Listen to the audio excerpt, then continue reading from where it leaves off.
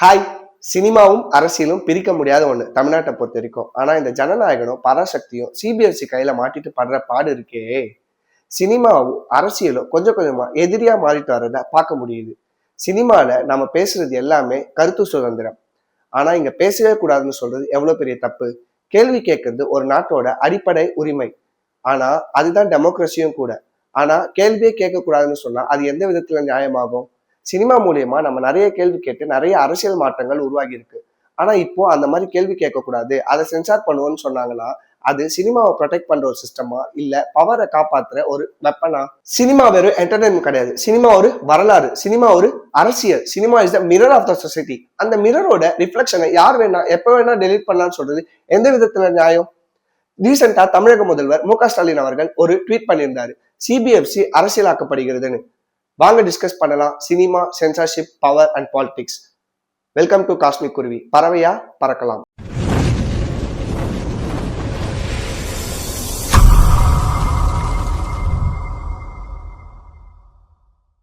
First clarity, central board of film certification CBFC. நம்ம நாட்டை பொறுத்த வரைக்கும் இந்த சென்சார் போர்டுன்றது தப்பா இயங்கிட்டு இருக்க மாதிரி எனக்கு ஒரு பர்சனல் ஒப்பீனியன் இருக்கு. ஒரு படைப்புல இந்த சீன்ல இந்த டைலாக் சரியில்லை, இந்த சீன்ல வயலன்ஸ் அதிகமா இருக்கு, இந்த சீன் இப்படி இருக்கக்கூடாதுன்னு சொல்லி கட் பண்றதுனால ஒரு படைப்போட உண்மைத்தன்மை குறையுது. ஒரு படைப்பாளி தான் சொல்ல வந்த விஷயத்த சரியா சொல்ல முடியாத மாதிரி போகுது. இது எந்த விதத்துல நியாயமா இருக்கு? மேலை நாடுகள்ல இருக்க மாதிரி 18 வயதுக்கு உட்பட்ட ஒரு படம், 18 வயதுக்கு மேற்பட்ட ஒரு படம், பெற்றோர்களுடன் துணையுடன் பார்க்க வேண்டிய படம்னு சொல்லிட்டு சர்டிஃபை பண்றது மட்டும்தான் சிபிஎஃப்சியோட வேலையா இருக்கணும். அதுக்கு தான் you certificate, US certificate and A certificate கொடுக்கப்படுது. ஆனா அதை பண்ணாம இந்த சீனை கட் பண்ணுங்க, அந்த சீனை கட் பண்ணுங்கன்னு சொல்லி ஒரு படைப்போட மதிப்பை குறைக்கிறதுக்கு சமமா நான் இதை பாக்குறேன். இது சர்டிபிகேஷனா இல்ல கிரியேட்டிவ் இன்டர்ஃபியரன்ஸா? நம்ம தமிழ் இயக்குனர்கள் பல பேர் இதை பத்தி பொறிஞ்சு தள்ளியிருக்காங்க. முக்கியமா பாரஞ்சித், மாரி செல்வராஜோட படங்கள் இதனால பெருசா அடி வாங்கியிருக்கு. இப்ப ரீசெண்டா ஜனநாயகன் அண்ட் பராசக்தி, சரத்குமார் சாரோட அடங்காதே படமும் இந்த மாதிரி சிபிஎஸ்சி சர்டிபிகேஷனால இஷ்யூ ஆகிருக்குன்னு சொல்லப்பட்டிருக்கு. எந்த மாதிரி படங்கள்லாம் இந்த மாதிரி பிரச்சனைக்குள்ள ஆகுது? கவர்மெண்ட்டை கிரிட்டிசைஸ் பண்ற படங்கள், ஐடியாலஜிஸா கொஸ்டின் பண்ற படங்கள், பொலிட்டிக்கல் சட்டையர் படங்கள், சாதி அரசியல் பேசுற படங்கள், இந்த மாதிரி படங்கள்லாம் சிபிஎஃப்சி கிட்ட எக்ஸ்ட்ரா ஸ்க்ரூட்டினி ஆகுது. ஃபனி பார்ட் என்ன தெரியுமா? ஃபிக்ஷன்ல டிக்டேட்டர் இருந்தா பிரச்சனை, ஹிஸ்டரி ரெஃபரன்ஸ் இருந்தா பிரச்சனை, ரியல் லைஃப் இன்சிடென்ட்ஸ் ரெஃபரன்ஸ் இருந்தா பிரச்சனை. ஆனா item songs no objection, wrong ideologies normalise பண்றது நோ அப்ஜெக்ஷன், பெண் வெறுப்பை திணிக்கிறது நோ அப்ஜெக்ஷன், பெண் அடிமைத்தனத்தை திணிக்கிறது நோ அப்ஜெக்ஷன். இந்த மாதிரி சீன்ஸ் ஏன் இருக்கு? இந்த மாதிரி சீன்ஸ்லாம் நாட்டை பிற்போக்குத்தனமா கொண்டுட்டு போலான்னு கேட்கறது தான் சிபிஎஃப்சியோட வேலை. எனக்கு இப்ப கொஸ்டின் என்னன்னா, சிபிஎஃப்சி மாரலை ப்ரொடெக்ட் பண்ணுதா இல்ல பவரை ப்ரொடெக்ட் பண்ணுதா? இப்ப ஸ்டாலின் என்ன சொல்றாருன்னு பாப்போமா? ஸ்டாலின் சினிமா சென்சார்ஷிப்ன்றது அரசியல் வெப்பனா மாறிட்டு இருக்குன்னு சொல்றாரு. இதை வெறும் பிஜேபி வர்சஸ் டிஎம்கே இஷ்யூவா பார்க்காம இதோட கோர் இஷ்யூ என்னன்னு பார்க்கணும். ரூலிங் பார்ட்டி யாரா இருந்தாலும் அவங்கள கொஸ்டின் கேட்கிற மாதிரி, அன்கம்ஃபர்டபுளா ஃபீல் பண்ண வைக்கிற மாதிரி ஏதாவது ப்ராப்ளமேட்டிக்கா கொஸ்டின்ஸ் கேட்டா அந்த படங்களுக்கு இதுதான் நிலைமை. ஒன்னு ரிலீஸ் தேதி தள்ளி போறது, இல்ல ரிலீஸே பண்ண விடாம தடுக்கிறது. அப்படி இல்லைன்னா எக்ஸ்ட்ரா கட்ஸ், இல்லைன்னா எண்ட்லெஸ் அப்ஜெக்ஷன்ஸ். இது டெமோக்ரஸிக்கு ஹெல்த்தியா? இன்னைக்கு சினிமால கேள்வி கேட்க கூடாது சொல்றவங்க நாளைக்கு சொசைட்டில கேள்வி கேட்டா என்ன பண்ணுவாங்க? சினிமா வெறும் என்டர்டைன்மெண்ட் பர்பஸ்க்கு மட்டும் கிடையாது. எஸ், அப்கோர்ஸ் சினிமா ஒரு என்டர்டைன்மெண்ட் பர்பஸ் தான்.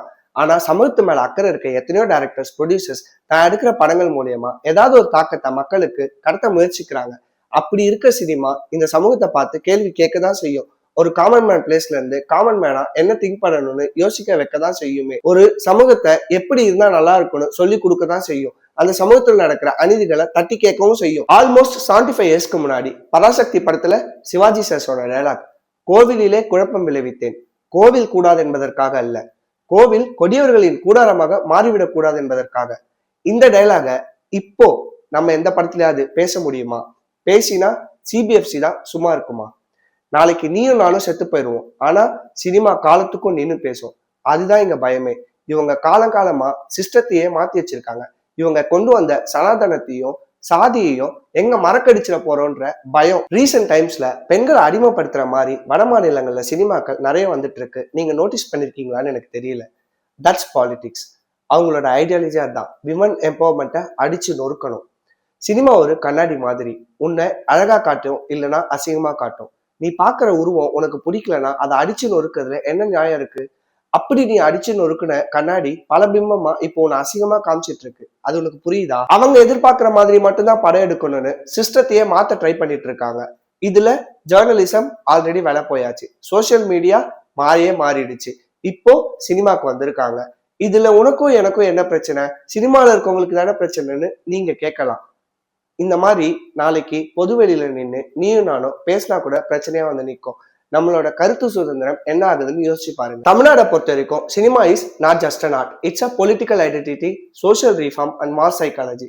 நேத்து சினிமால பெரியாரை காமிச்சாங்க, இன்னைக்கு அம்பேத்கரை காமிக்கிறாங்க. ஸோ நேச்சுரலி சினிமாவை பார்க்கும்போது பவர்ல இருக்கவங்களுக்கு சினிமா ரொம்ப பவர்ஃபுல்லா தெரியும். அதுதான் பயமே. ஸோ பயம் வந்தா கண்ட்ரோல் எடுப்பாங்க, கண்ட்ரோல் எடுத்தா இந்த மாதிரி படைப்புகளையும் படைப்பாளிகளையும் ஒடுக்குமுறை பண்ணுவாங்க. ஸ்கூல்ல சயின்ஸ் லேப் மாதிரி சினிமா ஒரு சொசைட்டியோட எக்ஸ்பெரிமெண்ட் லேப். இங்க எக்ஸ்பெரிமெண்ட் பண்ணலன்னா சொசைட்டி பிளைண்ட் ஆகிடும்.